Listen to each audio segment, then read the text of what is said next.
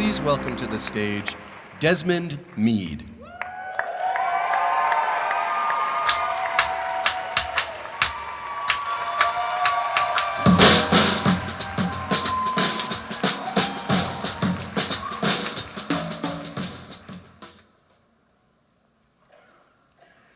If you could just take a moment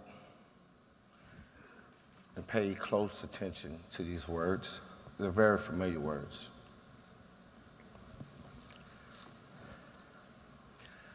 I pledge allegiance to the flag of the United States of America and to the republic for which it stands, one nation, under God, indivisible.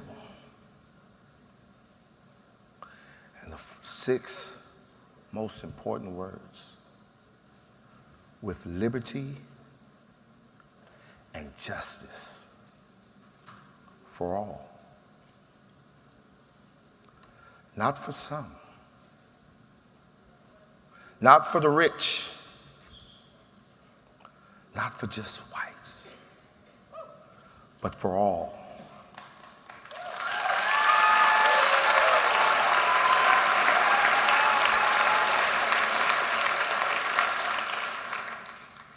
And until we have justice for all,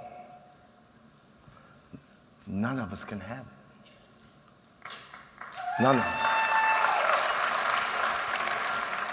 In 2005, I found myself standing in front of railroad tracks.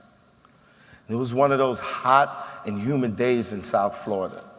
And as I stood there, I was a broken man. And for moments, I was able to block out that oppressive heat and humidity. Because as I was standing there, the only thing that I can think of was how much pain I was going to feel when I jumped in front of the oncoming train. You see, that day I stood there, I was a drug addict. I was homeless. I was recently released from prison. I didn't own anything but the clothes on my back. Now, I knew that my parents didn't raise me to be in that position, but there I was. And I waited. And I waited. And I was thinking, when that train hit me, was I going to die instantly, or did I have to go through moments of agonizing pain? But even the thought of the pain associated with getting ran over by a train did not make me move. And so I waited, and I waited. But the train didn't come that day for some reason. I say, but by the grace of God. And I crossed those tracks, and I walked 2 blocks, and I checked myself into drug treatment. And after completing drug treatment, I moved into a homeless shelter. And while I was living at that homeless shelter, I decided that I needed to do something to break that vicious cycle of drug addiction.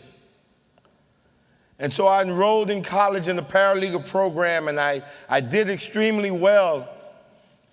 And I was encouraged to continue my education, so I pursued a bachelor's in public safety management with a concentration in criminal justice. I figured since I had a lot of experience getting arrested on the streets and appearing before judges, that somehow that experience would translate into success in the classroom, and it did. And eventually I was accepted into law school. And in May of 2014, I graduated from FIU College of Law with a Juris Doctorate degree.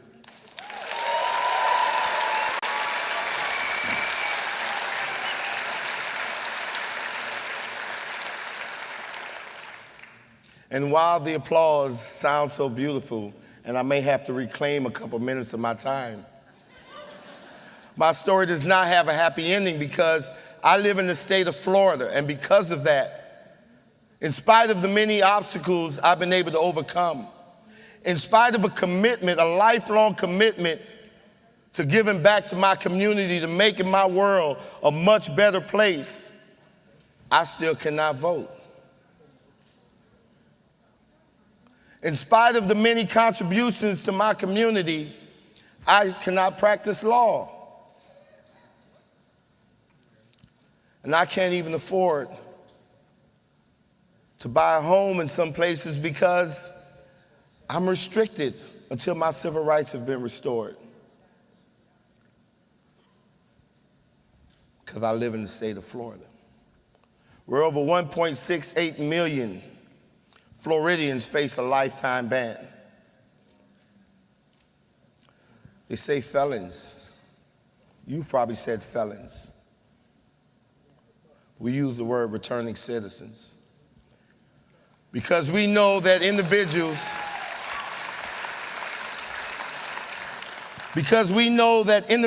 who've made mistakes are still somebody's son and daughter and father and mother, that they're human beings first. And so rather than give them a scarlet letter of shame to carry on for the rest of their lives, we decided to change things and started calling them returning citizens. And so now here we are, 1.68 million returning citizens living in the state of Florida, where we have elected officials, where we have a system that refuses to restore our civil rights back to us when we've served our time. And at some point in 2011, we said enough was enough. And we got together and we started going throughout the state of Florida just talking to regular, everyday people. Whether they were black, whether they were white, whether they were progressive, whether they were conservative, we talked to everyone that would stop long enough to listen. And what we found blew my mind. That felon disenfranchisement is not an African American issue. While we may close our eyes when we think of the criminal justice system, and the image that pops up is an African American young man with gold teeth and dreads and probably pants hanging off his butt, the reality is it's not an African American issue. Of the 1.68 million people in Florida who cannot vote, African Americans only account for a third. So that means that there are 3 times as many people in the state of Florida who cannot vote that don't look like me. They look like most of you out in this audience today. And so I know that rather than it being an African American issue, it's an all-American issue. The other thing that I found out when traveling the state of Florida was that they would say, you would hear the narrative, oh, Republicans don't want felons to get the right to vote because they know they'll vote Democrat. But the problem that I had with that was that means that only Democrats get in trouble. And I thought about it, and I was like, wait a minute. When I was arrested, the police didn't ask me if I was Democrat or Republican.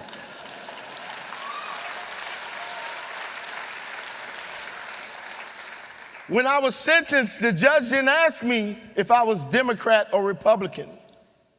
And as I traveled the state of Florida, I found that there were so many people that were impacted no matter what their political persuasion was, and that narrative that created an illusion that only Democrats cared about getting their rights restored, or only Democrats were the ones that were losing their rights, was a false narrative. And I understood that there was a system that needed to be unrigged. I understood that there was a system that created these narratives in order to divide us and to move us further apart from each other. I understood that there was a system that was designed to make us lose our contact along the lines of humanity. When I looked at this system, what I seen was that the only victims of this system was us. When you look at the partisan bickering back and forth, we never won. We never benefited from it. It was systems that told us that the blacks are the problem. It was systems that told us that Mexicans are the problems. When in reality, when we think about immigration, if we really look at it, we know that immigration was not a Latino issue.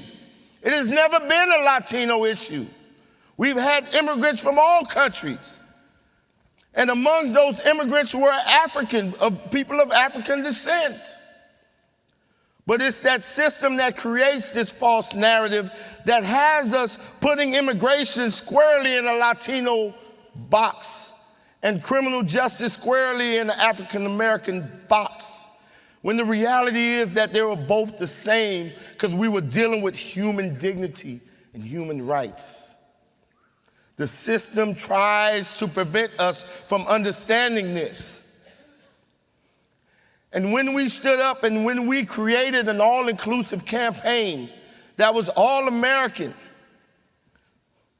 that chose to pick people over politics, that chose to transcend racial and political lines, we discovered something that was beautiful.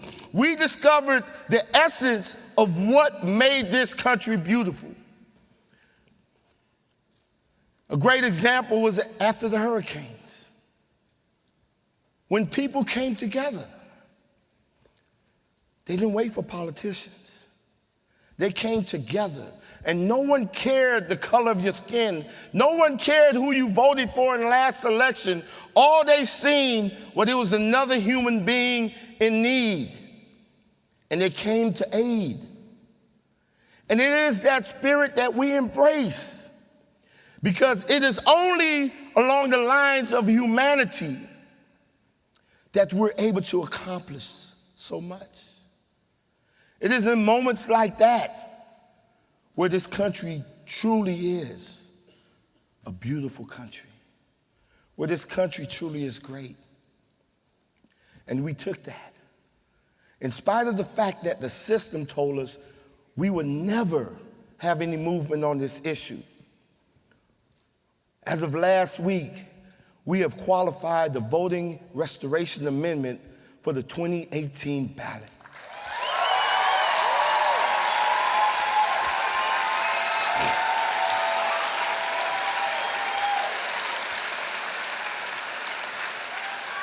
The system said that we would never get it off the ground, but the people said, yes, we could, and they did.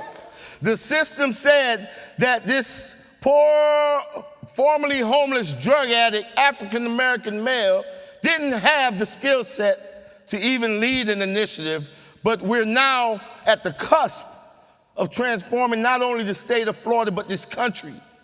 That we're at the cusp of being a shining example of how we really get things done in this country. And that's by shedding the labels and shedding the racial labels and coming together at that sacred space. That space where we were born into. No one was born into a Republican. No one was born into being a Democrat. No one was born into whatever. They was born as a human being. As a human being. And so when a system tells us that we have to run a campaign based on fear, we say no. We run it based on love. When the system says we have to run a campaign based on division, we say no. Ours is based on inclusion. Because if this country is to be great, then all of us must be in this thing together. And so, while we will have people that's attaching to this campaign that may have other ideas in mind, I'm going to tell you that what is going to save this country is not another blue state. What's going to save this democracy is not another red state. Our prosperity, our hope for a more inclusive democracy can only be saved by the United States.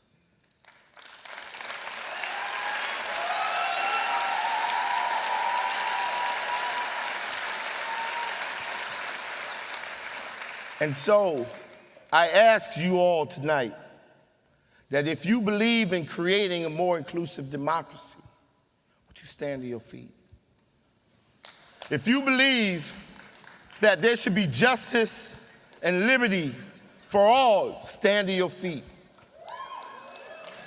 If you believe that no matter what your sexual identity is, that you should be treated with dignity, stand to your feet.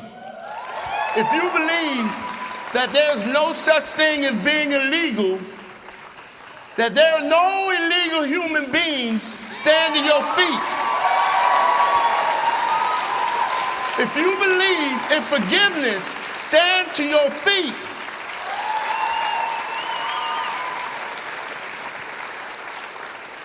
And I want you all to, before you sit down, I want you all to just say it with me. And when we get to those last 6 words, when you get to these last 6 words,